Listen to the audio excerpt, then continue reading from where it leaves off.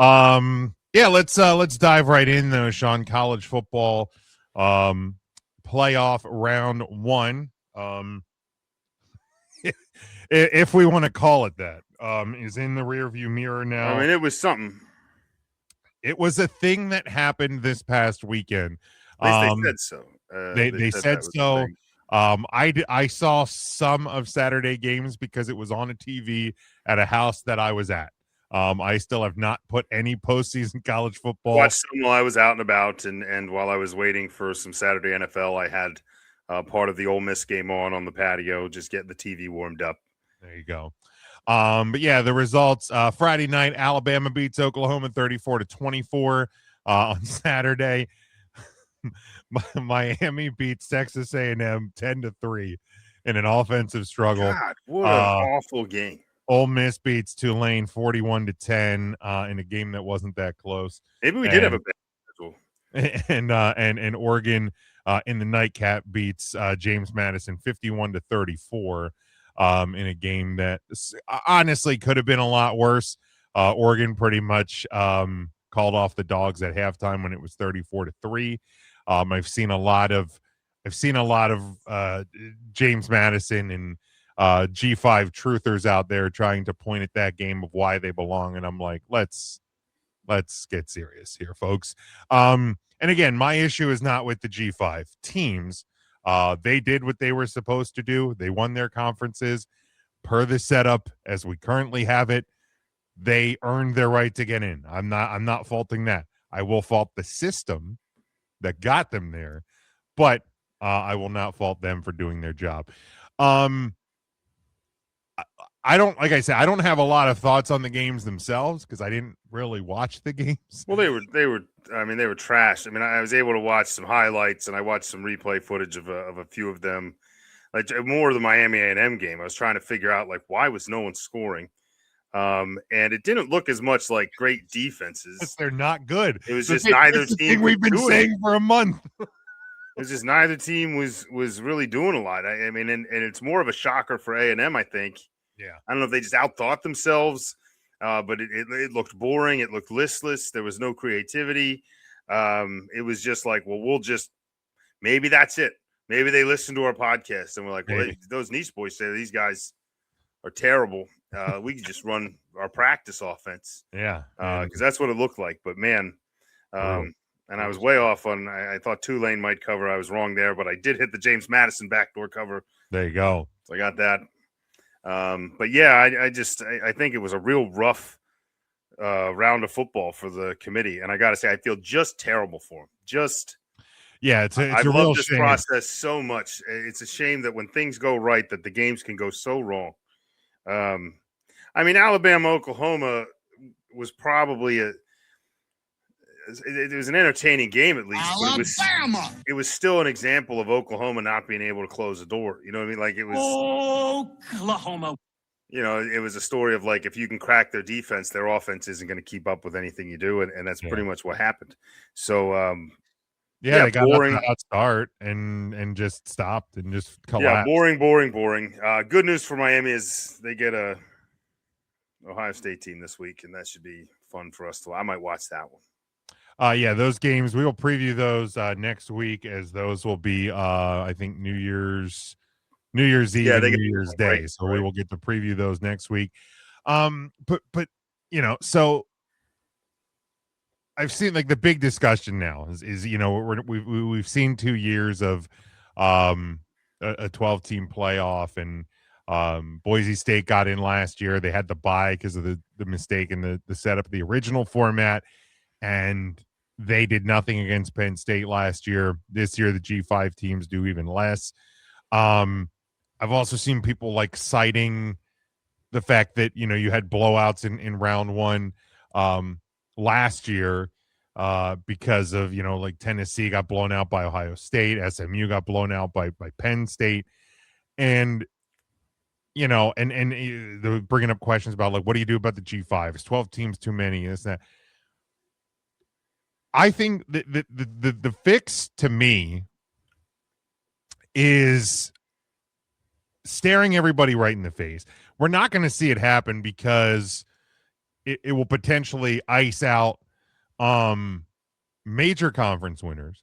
But to me, the answer is simple. You need to have a minimum ranking for a conference champion to get into the bracket. So be it 18, 19, 20. I think 20 should be the lowest. Yeah, 20 would be like probably the number you'd be able to sell to the committee, probably. Yeah. But like, because Tulane was 21st, James Madison was 24th.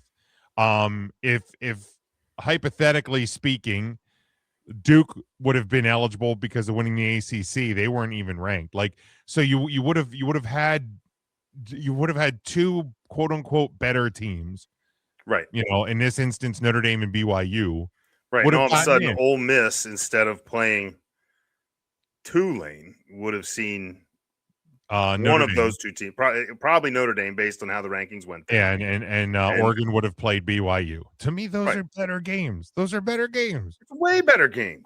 like those are matchups you can sell. Like how do you sell Ole Miss Tulane or Oregon James Madison to any? Right. And I get James Madison. Did a lot of those folks travel to Eugene? Absolutely. There was a strong contingent. Now, was it a majority in the stadium? Not even close. But and they stayed there till the end. And credit to them, man. Because this might be their only shot at any semblance of a playoff Super Bowl. Game. You know, this was their Super Bowl. So good for James Madison. But yeah, I mean, it's got to be done. But here's the thing to remember too, is like one, the ACC's got to fix whatever their crap is going on in that conference. Like how Miami wasn't just the conference. Like you need to fix whatever's going on there. Assuming that gets repaired, this two outside schools thing isn't going to happen every year. Right. Like the ACC presumably would have a champion. Then this doesn't come into the picture really. Maybe you get the one team. And last year, to be honest, we talked about it. If Boise State, because Boise State was a decent team, right? But if you would have handed them to the 3 seed or to the 5 seed, and just been like, here you go. You know, make sure you play your game because they are dangerous if you screw up. And they blow Boise State out. I mean, like, congratulate. Good for being 5. Like, that's your reward for being 5. And whatever. Like having one of those schools in. Now, how you fix it permanently, I don't know. This is an awful long break between games. So, like, I do think the option is there that if you're like, okay, we're just going to include the Power 5. If you do the minimum ranking thing, that works pretty well too. But I was like, if you have this situation where you have a couple of ranked teams or all of them are not in the top 12, then make those teams somehow play in. I don't know how to do it. Take your top 2 ranked like this year and be like, you guys are going to play the week after the championship games. You push the first round back a week. Don't give 2 weeks off. Like it's football. Like just prepare for a week and go play, right? Like stop it. Like, well, the other teams got to rest. Yeah, they're better than you. So whatever. Like that's the deal, right? Yeah. But then the other part of me is like, if you don't want these teams in and you're one of the big schools, win your games. You know, like I mean, that's the biggest problem is when you got down to like, you know, but it's teams like Notre Dame and BYU that get kind of screwed by it because, you know, the other like the ACC has no stake in an argument against these schools being in because their team was worse. Right. Like, your champion was literally Duke also would have gotten mowed down by Oregon. Oh, like yeah. So yeah, Duke winning, and that's the thing. And the ACC has already said that they're going to look at amending their tie-breaking procedures, which they absolutely need to. Because look, we can argue. They look like Donovan McNabb not knowing there were ties. Like that's right. Like we can argue as much as we want about should Notre Dame been in over Alabama or Miami or any of those arguments we've had for the last couple of weeks. But if the ACC just does their tie-breaking procedure correctly, then Miami is either in because they win the ACC or they're out because they lost to the in the ACC title game. So that they're not even in the conversation. There's not a debate with them anymore. They're either locked in or they're locked out. And they probably win the ACC because let's admit it, they are the best of that conference. What that says overall, I don't know, but they would have won the ACC. They would have gotten their way in. And we wouldn't have had James Madison. We would have had Oregon versus Tulane because Tulane would have gotten in, but then it would have been Ole Miss versus Ole Miss versus Notre Dame. That's a better opening round matchup as well. It's just it's a bit of a broken system. And for everybody saying, well, if you do the minimum ranking thing, then a G5 can't get in.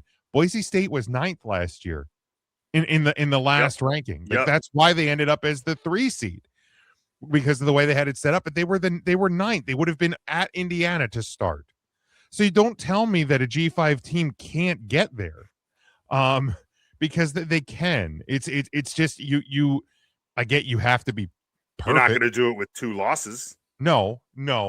And you're gonna have to schedule and compete and maybe beat or compete with a team that is ranked near the top. So right, like it looked like USF might be a candidate for that this year for a while when they had they upset a Boise State and then they go and they beat Florida and had they even with a stumble to Miami, if they'd have won out and had those 2 wins on their resume with 1 loss to Miami, I mean, they probably would have been in the top 20, right? Yeah. And would have been right in there. So you just, you got to plan your schedule accordingly. You got to realize it's an uphill scrap, but you got a shot. Why not? The other reaction that I've seen coming out of this round 1, and this will be where I kind of my last thoughts on the whole first round, but I've seen a lot of people saying because Alabama beat Oklahoma and because Miami beat Texas A&M, that means the committee got it right. Do you agree with that? Well, how does that prove anything? The getting it wrong part is like they took spots from teams that were better. So like, oh wow, well Alabama beat Oklahoma. Well, what proof is it that the other team wouldn't have beaten them by more? They wouldn't have had to come back from 17 points down, or that if Texas A&M is going to come out that flat, Notre Dame would have killed them. Right, like we'd have run all over them. Like I don't think it would have even been close. And as flat as Miami looked, I think we'd have killed them. I still think that was the correct play for this committee would have been drop Alabama with the loss. Yeah. Put Notre Dame at 8 or 9 and have Miami at 8 or 9 would have been the best play they could have. Give us the rematch on Notre Dame Miami. The ratings on that game would have been astounding. Like for a first round playoff game, especially it being the Friday night game. Give me another Friday night time Notre Dame break Miami into the game. playoff. Oh my God. You're printing money at that point. And they just were like, well, we gotta get the SEC teams in. So but no, it doesn't prove anything about them getting it right. Does it prove that at least Miami and Alabama can beat other teams that probably shouldn't be in here either? Yeah. Like, I mean, I don't think Oklahoma's very good. Like I just that's they should have been 10 at best. Like that was the thing I was screaming from the mountaintop is I remember like the week, the most ironic part is the week that Alabama had moved above Notre Dame, prior, after the Auburn, the gutsy win over Auburn. That was the weekend that I saw a lot of people in sports media saying they thought Notre Dame should have moved above Oklahoma. Because Oklahoma had a rough day that day too. Yeah, right? And people were starting to question Oklahoma's ability to do anything in the playoffs. By the way, 0-5 now in college football playoff play are the Oklahoma Sooners. Notre Dame should never be there. Oklahoma, okay. Right. Okay. Just okay. Maybe not okay. Not okay. Oklahoma, not okay. Not okay. Yeah. So look, again, I don't think it necessarily proves them being right or wrong and we're never going to really have a definitive answer because the team that got dropped for doing nothing but winning is never going to have the ability to have a say. No. So that's the problem. If bottom line is the people who hate a team from Northern Indiana, are absolutely going to unequivocally say, "See, we told you so. These teams are better." People with a brain and who are fans if of Miami, if A&M came out that flat and Miami put up like 49 points, I'd be like, now, yeah, but the fact that Miami won a flat game, the only thing that 10-7 matchup proved is that A&M shit themselves. Exactly. Like, you had a matchup against a team that, like, obviously has a ton of talent. You just got to outplay them because you've played teams this good before. And they didn't prepare. They were underprepared. They were they looked awful. Yeah. For the second time all year. And I think that's all that game proved. And I also, I mean, it's also funny that the conference that they had to strong arm in as many teams as possible went 1-2, and the only reason they went 1-2 is because two of the teams played each other. So we're going to very quickly find out when we get to next week, with the Rose Bowl, with Indiana and Alabama. That's maybe where you're going to find out a little bit more if a committee was closer to being. This next round is where you're going to find out if they maybe they didn't get it right, but maybe they at least picked teams that were more capable than you and I have given them credit for. Because if Alabama stays in it, like, I don't care if they win or not. If Alabama's in a close game with Indiana at the end of that one, and if Miami's in a close game with Ohio State, then I'll be like, you know what, they're better than I thought. But I'm still not going to say they got it right. No. And I certainly, and we'll obviously preview the games next week, but I certainly have feelings about what's going to happen in those matchups. Well, and I've expressed my wishes, and looking at this bracket, I like my chances of a Big Ten, SEC Final Four, and I'm very excited about it. I'm trying not to be too excited, because I'm sure there will be some SEC officiating crews, and that motherfucker that coaches Texas Tech, that it's going to be a real shame if Oregon humbles that guy. But we'll talk about those games next week, once we are back from the Christmas holiday. But it's there's not going to be an easy fix or an easy answer to any of these things, but we will certainly try to make sense, at least of the games, when we get to next weekend. But